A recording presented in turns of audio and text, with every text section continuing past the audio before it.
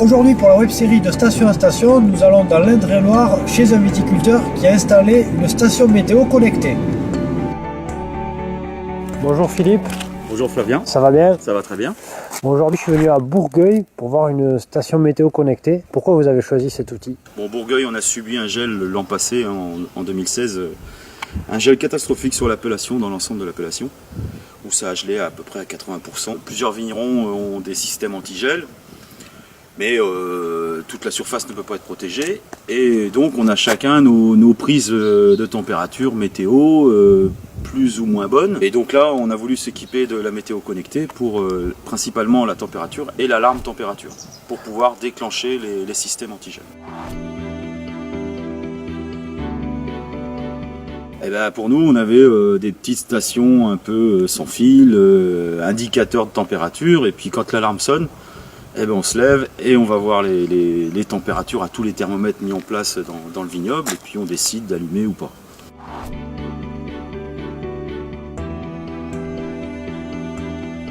Alors là, déjà, on a fait du collectif au niveau des appareils anti-gel. Bon, on a des tours éoliennes, mobiles, il y a plusieurs systèmes maintenant de l'anti-gel. Nous, on fait le premier pas avec la station Syncrop. J'ai des collègues qui vont aussi certainement aller vers ce système.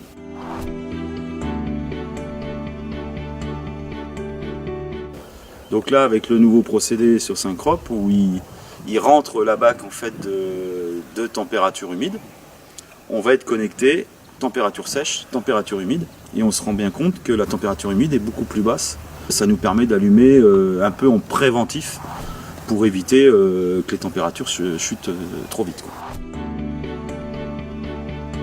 L'avantage de ce système Syncrop, c'est d'être en connecté. Donc on a le smartphone et voilà, on a alors on a l'alarme, donc en pleine nuit, qui va nous réveiller, et puis après on peut regarder la chute des températures, parce qu'on a une donnée tous les quarts d'heure, donc on regarde la chute si elle va très vite, ou si c'est très lent, si ça remonte, si ça redescend. Donc après, voilà, on analyse et on va allumer les appareils ou pas.